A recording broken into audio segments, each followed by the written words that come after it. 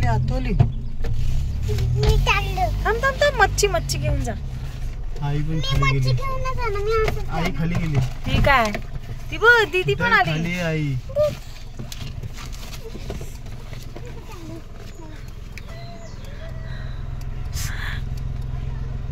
अरे फोटो ती बघ केवढी उंच झाले. अरे उंच बघ किती झाले. हॉर्न दे ना गाडीचा, आईला आवाज जाऊ दे खाली. आई पाऊस आला बाबा, बाहेर लाईट नाही. गगली गगली कुठे आला?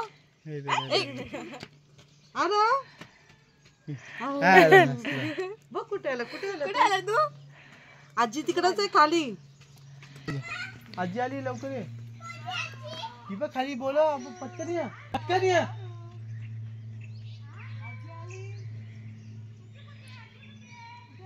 जा पुढे. अरे इथे जा ना पुढे, शेवग्याच्या झाडापर्यंत. इथं वरतीच येणार आहेत त्या. अरे हो येऊ दे, पण तिथं मेन.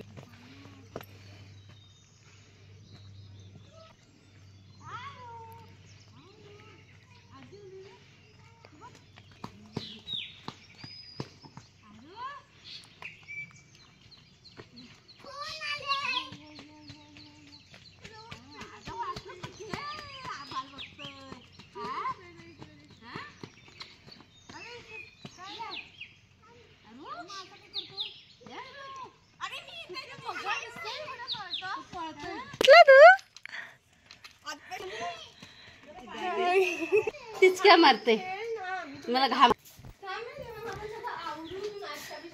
मच्छी घेत होतो ना म्हणून टाईम घेतली मच्छी. कुठे भेटली? तिकडं खाली तळ्यात.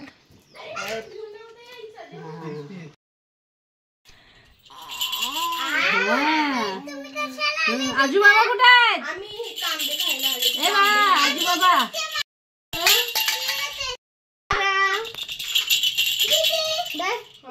काय काय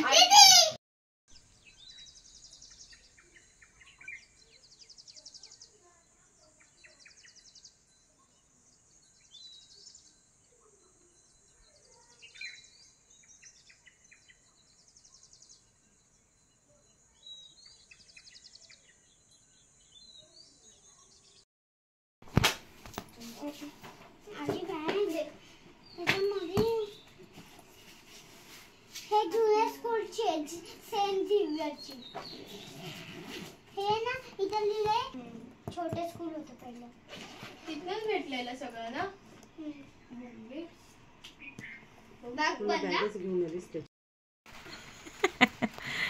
दमले रे. इकडून आली. अगं काय लागली सगळं खाल्लं. नाईस.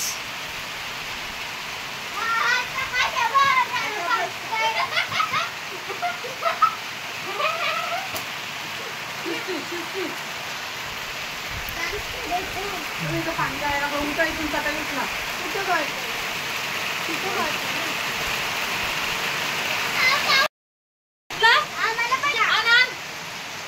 उद्या आम्ही ते आम्हाला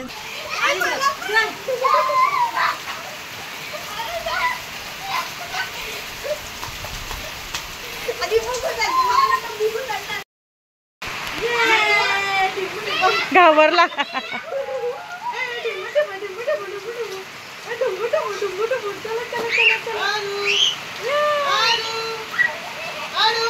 ताड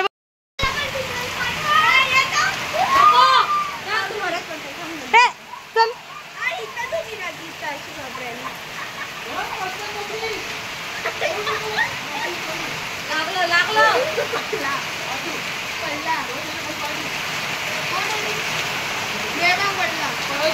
तिकडं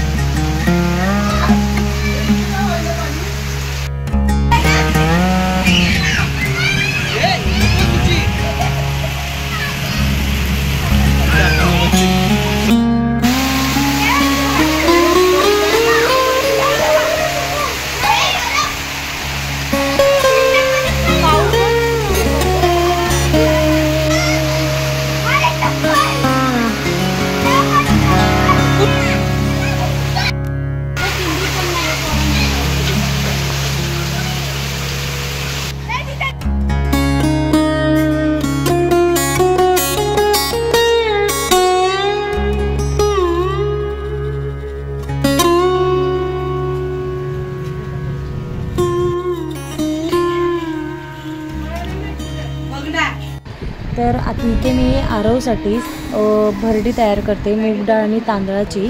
तर उद्या आरवला 6 महिने पूर्ण होतील. तर पहिला आठवडा तर त्याला डाळीचं पाणी आणि भाताची पेज हेच म्हणजे भरवणार आहे. आणि त्याच्यानंतर मग ही भरडी त्याला सकाळ संध्याकाळ किंवा दिवसातून एक टाईम 1-2 आठवडे देणार. तर त्यासाठी ना मी इथे 2 छोट्या वाट्या तांदूळ घेतलेले आहेत. तर जे आपले गावठी तांदूळ असतात ना ते घेतले तर अतिउत्तम. आणि 1 वाटी मूग डाळ घेतलेली आहे, 10-12 बदाम घेतलेले आहेत, 2-3 काजू घेतलेले आहेत. आणि भरडीमध्ये ना थोडे म्हणजे 1 चमचा मेथीचे दाणे, 1 चमचा ओवा असं सगळं टाकायचं. तर जेणेकरून मग बाळाला पोटाला त्रास होत नाही. आणि इथे ना तांदूळ आणि डाळ आहे ना ती स्वच्छ धुवून घेतलेली आहे. आणि असे ना तव्यावरती तांदूळ भाजायचे. तर ते कुरमुऱ्यासारखे झाले पाहिजेत जर इन्स्टंट करायचे असतील तुम्हाला भरडी. नाही तर मग तांदूळ धुवून सुकवून केली ना तरी चालतं. आणि बाहेर बघू शकता की खूप पाऊस पडतो आहे. आम्ही आलो सकाळी आणि दुपारपासून भरमसाठ विजा चमकत होत्या. त्याचबरोबर वादळ वारा आणि खूप जोराचा पाऊस चालू आहे. तर इथे बघू शकता तांदूळ असे एकदम खरपूस भाजून झालेले आहेत. म्हणजे असे कुरमुऱ्याला जसा तांदूळ फुटतो ना भाजताना असा लायांसाठी तसा भाजायचा. त्याच्यानंतर डाळसुद्धा मस्त अशी भाजून घ्यायची. आणि मेथीचे दाणे 1 चमचा घेतलेले आहेत तर ते सुद्धा असे थोडेसे परतून घ्यायचे. ड्रायफ्रूट्स तुम्हाला जे तुमच्या आवडीनुसार तुम्ही टाकू शकता. तर असं सगळं व्यवस्थित भाजून थंड करून मग मिक्सरला वाटून घ्यायचं आहे.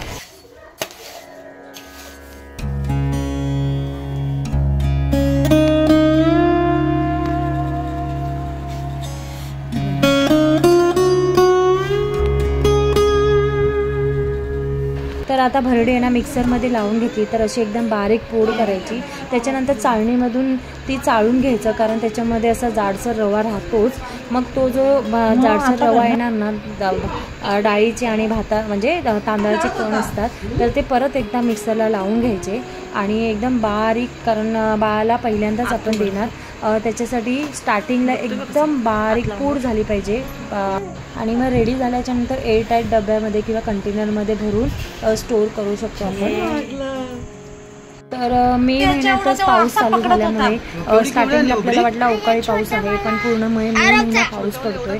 आणि मे महिन्यात आंबे खाण्याच्या सीझनमध्ये खेकडे आणि मासेसुद्धा भेटायला लागलेले आहेत.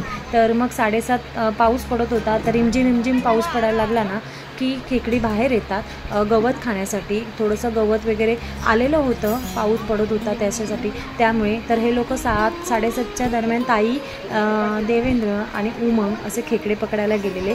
तर आम्हाला वाटलं नव्हतं की भेटतील पण इतके सारे खेकडे भेटले. तर जवळजवळ ही 18 खेकडे आहेत तर त्यांनी पकडून आणली होती. आणि खेकड्यांची लस पाजल्याने ना बाळाची हाडं मजबूत होतात, त्यांची इम्युन सिस्टीमसुद्धा चांगली होते. त्याच्यामुळे ही त्या आई तोडून ना लस येते का बघत होत्या. पण आत्ताची जी खेकडी भेटतात ना ती थोडीशी फोपची असतात, आतून भरलेली नसतात. कारण गेले 4-5 महिने ते दगडाखाली राहिलेले असतात, त्यांना काय खाणं पिणं नसतं. आणि जी पाऊस आल्याच्या नंतर जी गणपतीच्या दरम्यान जी भेटतात ना खेकडी ती चांगली भरीव असतात. कारण तेव्हा त्यांना चांगल्या प्रकारचं खाद्य म्हणजे गवत वगैरे त्यांचा चारा वगैरे भेटतो. त्याच्यामुळे आता ही बघू शकता की लस पडत नाही आहे कारण एकदम पोकळ आहेत खेकडी.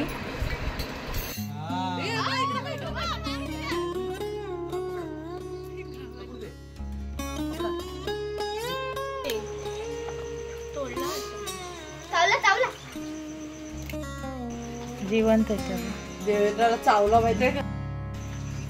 अंगठा नको काढू, अंगठा नेक्स्ट टाइम आपण काढू ना देवा. जाऊ दे. असं पण तो काय पांढरा आहे तो काय खाणार. चावत नाही पण रे, चावत नाही ना चांगलं.